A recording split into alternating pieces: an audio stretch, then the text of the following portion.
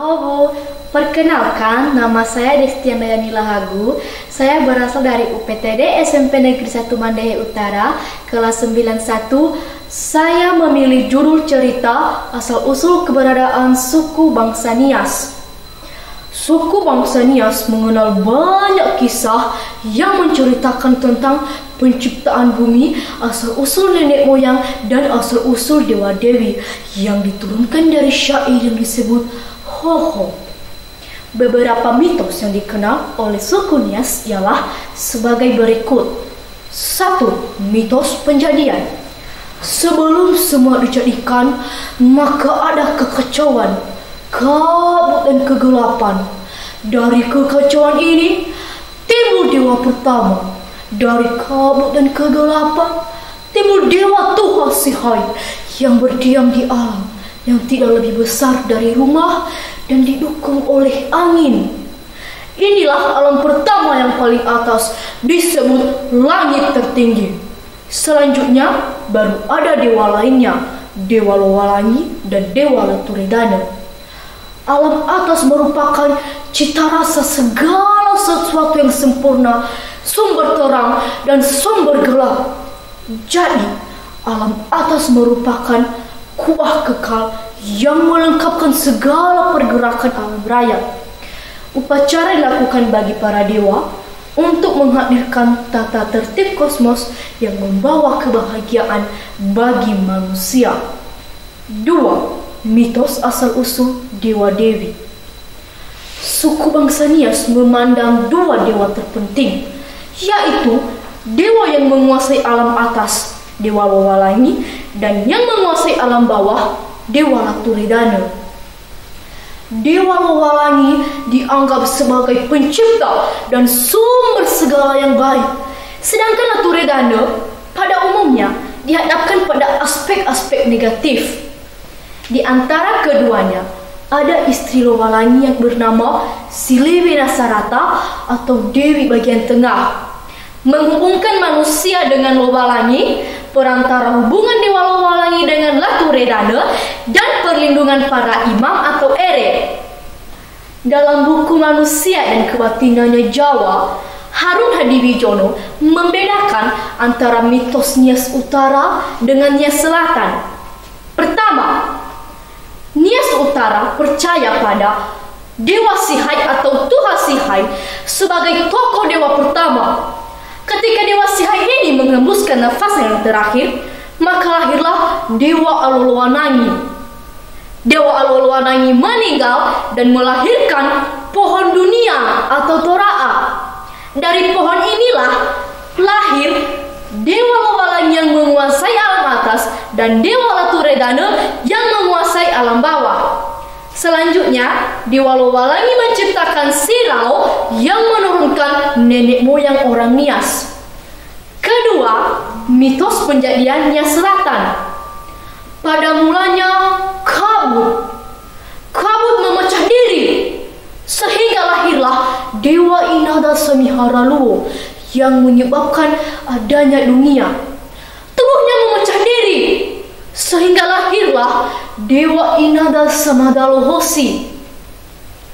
Sekalipun ia tidak bersuami, ia melahirkan dua anak kembar, yaitu Dewa Lowalangi dan adik perempuannya. Dewa Lowalangi memilih alam atas, sedangkan Laturedana memilih alam bawah.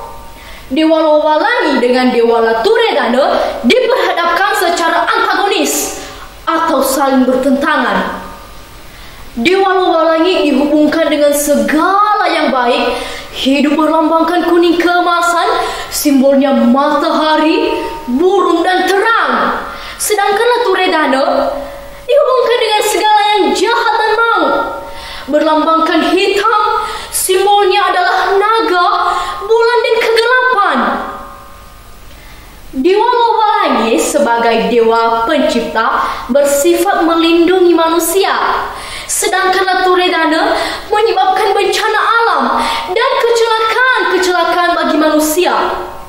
Oleh sebab itu, diperlukan seorang imam atau ere untuk meredakan amarah dewa ini. Khususnya dalam pemujaan dewa bagi suku Nias, diadakan upacara dengan mengorbankan seorang manusia dari golongan budak atau sabuyu. Sedangkan dalam upacara pemujaan nenek moyang, cukup memotong babi atau ayam saja dan mengoleskan darahnya di mulut patung nenek moyang. Lalu dipanjatkan doa yang dilakukan oleh imam atau erel.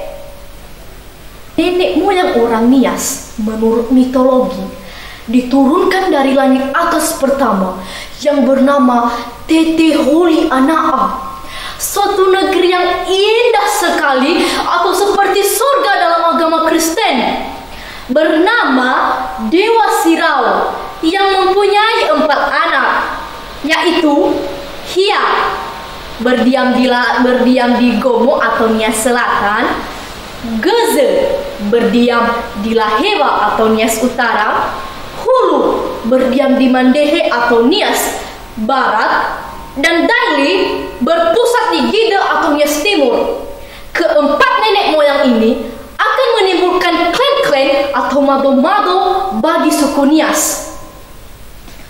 Dewa Sirau mengadakan uji ketangkasan kepada ke-9 orang anaknya dengan menari di atas 9 mata pedang atau toho yang dipancangkan di depan lapangan istana. Kemenangan diraih oleh Luo Mebena atau anak bungsunya. Untuk menenteramkan ke-8 anak lainnya, mereka diturunkan ke bumi oleh Dewa Sirau. Namun hanya 4 yang sampai di Pulau Nias dengan selamat dan menjadi leluhur orang Nias. Keempat lainnya mengalami kecelakaan. 1 karena berat badannya jatuh menembus bumi dan menjelma menjadi ular besar. 1 tercebur ke sungai dan menjadi hantu sungai. 1 tersangkut di pohon dan menjadi hantu hutan. 1 lagi terjatuh ke tempat-tempat berbatu dan menjadi leluhur orang-orang bebal. Menurut Walter Lamb, orang Nias percaya bahwa manusia pertama diturunkan dari surga dan langsung membawa kerangka kebudayaan Nias, berasal dan berkadar surgawi dan ilahi. Mereka beranggapan bahwa manusia unggul itu hanya diturunkan di Pulau Nias, sehingga orang lain itu bukan manusia lengkap atau sempurna. Jadi masyarakat Nias atau Ononiha tidak usah bergaul dengan mereka. Ini merupakan salah satu ketertutupan masyarakat Nias dan penerapan adat Nias yang ketat. Demikian cerita asal-usul keberadaan suku bangsa Nias. Terima kasih, ya ahow.